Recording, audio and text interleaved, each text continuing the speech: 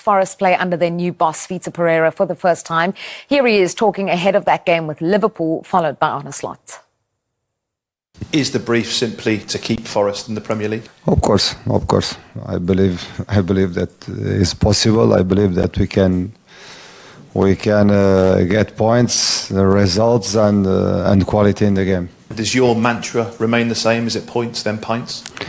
You know, this is something about my personality. You know, I'm not an actor. I'm a very simple guy, very honest guy, hard worker, confident, and in the end, when I feel that I deserve the points, of course. Back then they were in a different management as well, because Sandijs was, I think, his fourth game. I don't know exactly anymore, but that makes it sometimes a little bit more difficult, because if this manager changes personnel, changes tactics, it has been a difficult game for us in the beginning of the season. Although, again, I'm going to say the same. First half hour was very, very good from us, chance after chance. And then we conceded a set piece, and the game went completely the opposite way. So we know what we can expect if we play Forest, because I've played them 3 times already. Yeah, but can they expect a new manager bounce? I wonder. Another new manager after that little FA Cup break. There's a rumour that if he collects 5 managers, he gets to keep them. Are you going to be number 5? You said they're calling you. This is a very interesting one. For me, this was proof of the merry-go-round, because Vitor Pereira at Wolves, and then he's here now at Forest. I mean, look at the list there. Already 4 in one season. But, you know, I'm going to be fair to the Forest owner, Marinakis. He has a job to do to keep the club in the Premier League. Yeah. And if it means that he's got to go through this many managers, then why not? Some people say that you've got to have stability, but not at any cost. Yeah, but you can't be this unstable, Darren, a bit like Watford, you know, like consistently sacking manager. I mean, Sean Dyche, right? When he went in there, clearly their priority was no longer Europe. Now, midweek, that was a fantastic result against Fenerbahce, and I feel like the same against Ferencvaros. Europe's almost been a catalyst for them, because this is a Nottingham Forest team that were fighting to get in the Champions League last season. This year was thinking about relegation. Marinakis is thinking, we might not ever make it into Europe again, so that has to be a priority as well. But I think the point for Forest is that if they were say they won this competition but went down, that's a disaster for him, because you can't be playing in another European competition but operating week to week in the Championship. That this is the richest, most attractive league in the world, and the commercial revenues that they will lose if they were to go down from the Premier League, it would be catastrophic. So if it means that they've got to go through 4 managers, because he can see a run of results that are suggesting that the team are not performing under whatever manager is in charge, he's got to do what he can to save the club. I agree with you on that point, right? But don't you then think it means it was a wrong appointment in the first place? Like, they're not doing their due diligence on these coaches? Because I get what you're saying. You don't want to let it go like a Ruben Amorim that clearly should have been let go of about a year before he did. I wasn't one that thought that, but now I think, that should happen. Is there not a deeper issue here? Because there's a lot of talk about player power in this situation, and how they weren't happy with Sean Dyche's training methods. I mean, obviously this is all coming out now afterwards, because you mentioned the Fenerbahce game. Where was that team the rest of the season in the Premier League? But you could, not to bring it back to Man United, but you could say the same. Carrick was at Man United for 2 days and they go and put an unwieldy performance against City. Like, modern day football is different. Because I've played for coaches that I didn't like their style of play, tactically, but we played for ourselves, your family, the fans, you play for pride. And I think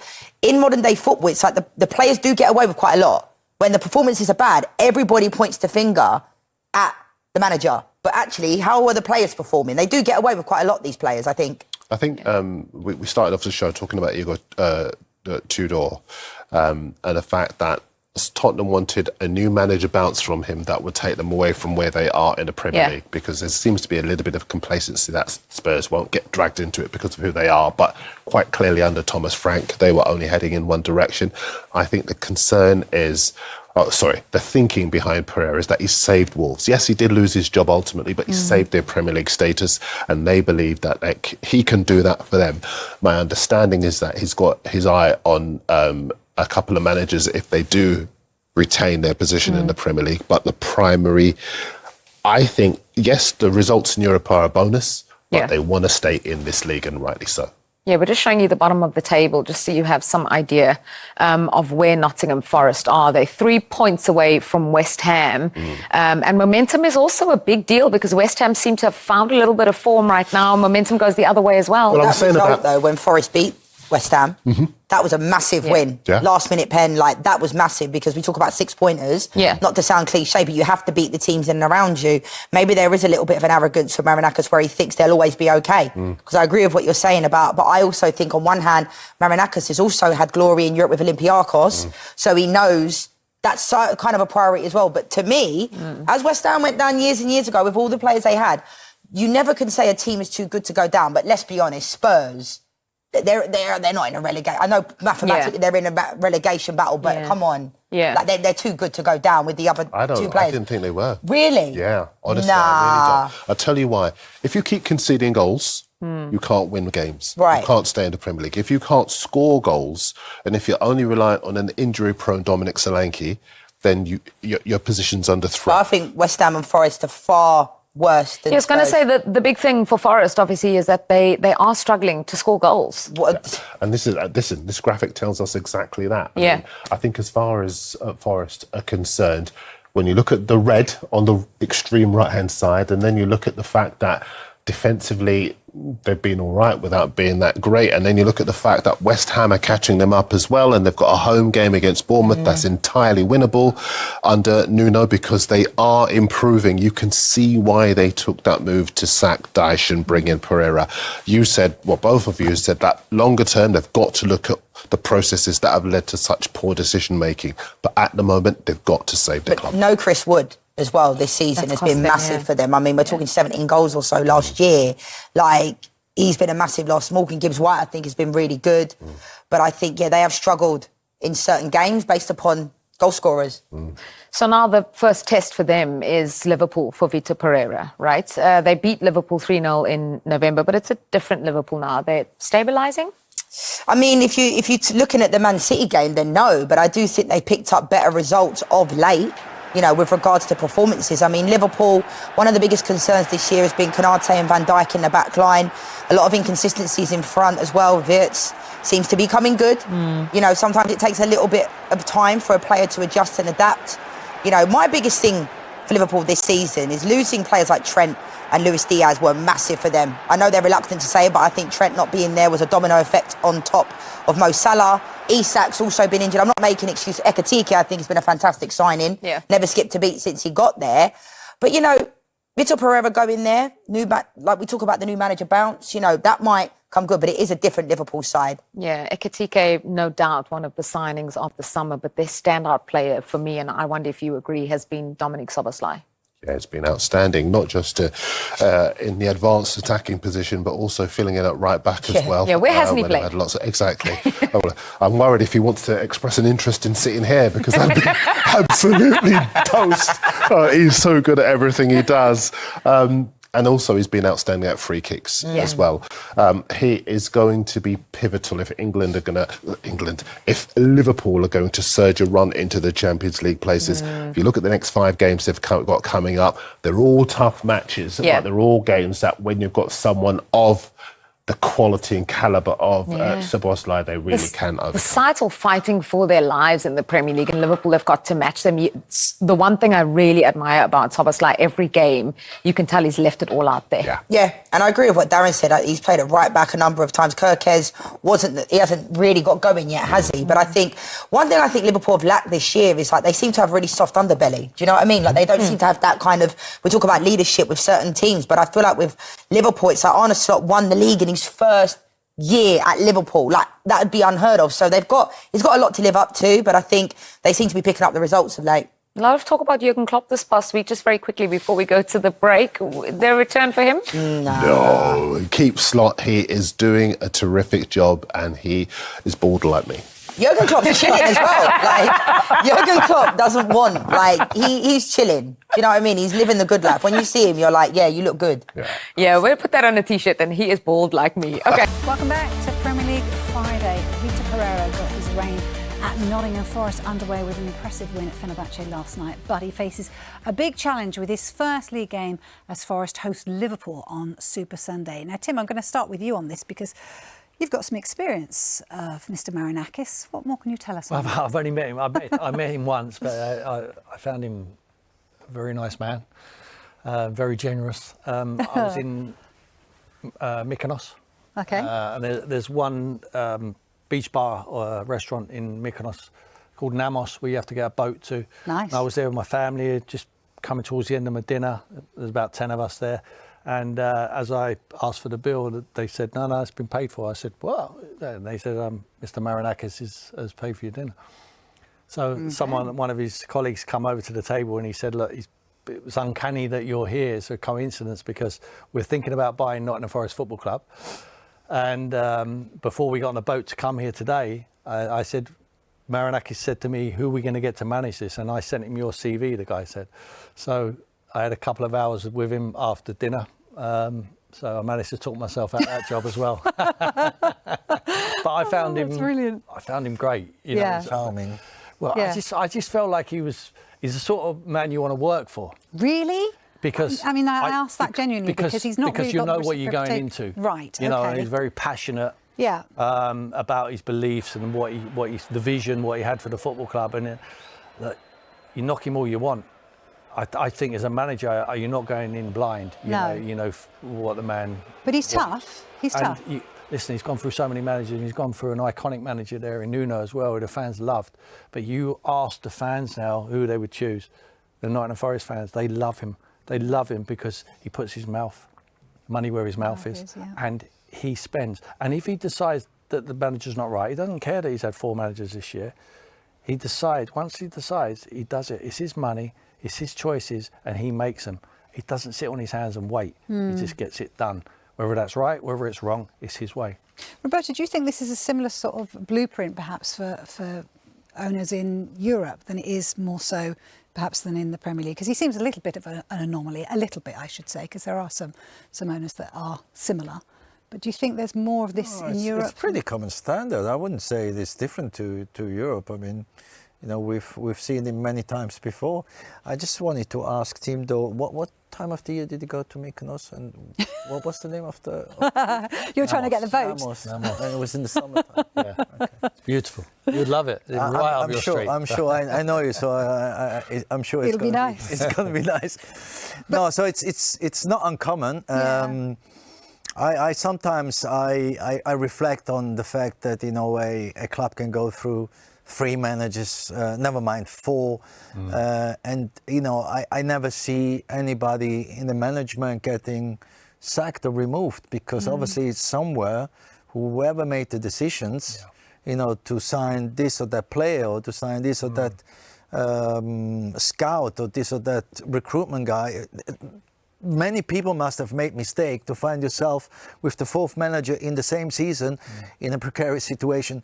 And the only one that always gets removed is the manager, which sometimes, rightly so, but many times it's not just his fault, or it's not even his fault. I mean, what did Sondage do so wrong? Not too much. No, not too much at all, right? Yeah. So of course he can make his decisions because it's his money, it's his club. He can decide whatever he wants. Right. And I'm not talking specifically about Forest. This is just a general opinion of mine that when things go wrong, everybody and the fans as well, and the public opinion, they all point the finger at the manager. Yeah.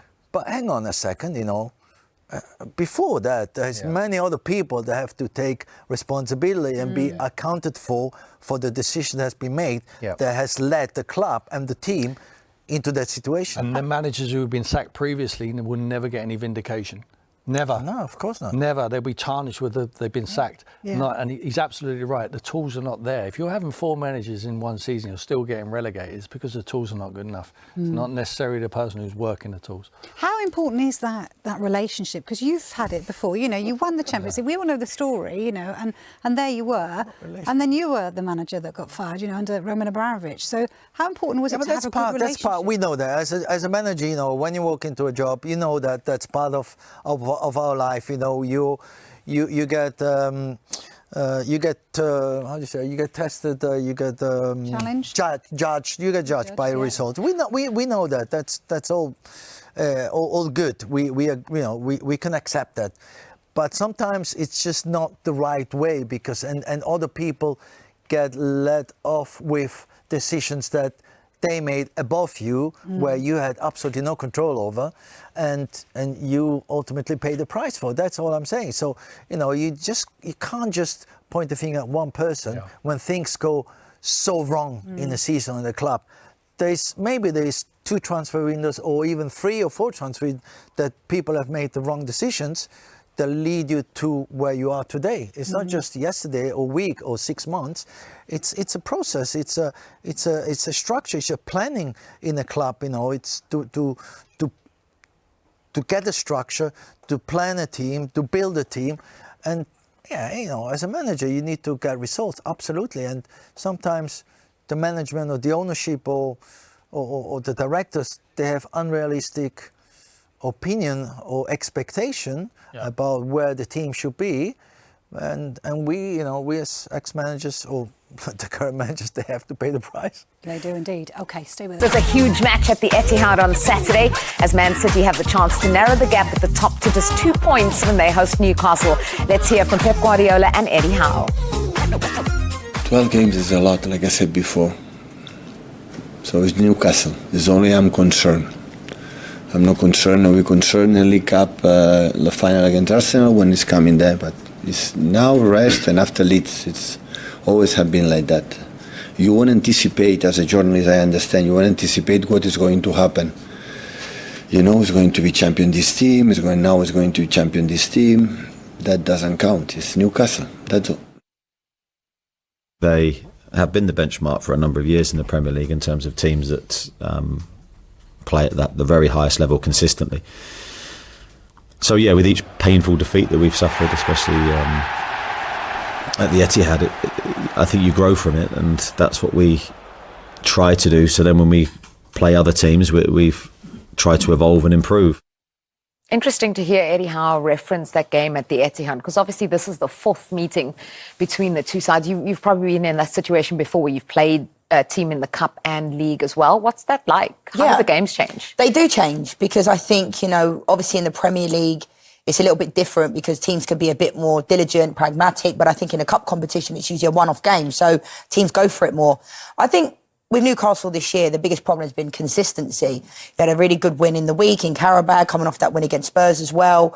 But I do think, I think Eddie Howe, relatively speaking, has done a really good job with this team. Winning the trophy last year, I think the fans obviously enjoyed that. But this year's just been a bit up and down, isn't it? But I don't know, with Man City being like mentality monsters like I talk about, I still fancy Newcastle. I don't know, they could surprise, not win, but I fancy them to get something. I don't know why. Yeah, I think the big question is the door's obviously open for City now, and we're all waiting to see, can they take advantage? What's your feeling? I think they can. They know where the goal is. And the interesting thing about the uptick in form for Newcastle is that they still do leave the door open at the back. And that's the big problem for them, because even when they really took Carabao apart in Europe, Carabao were able still to get a goal. Now, that should not have been the case.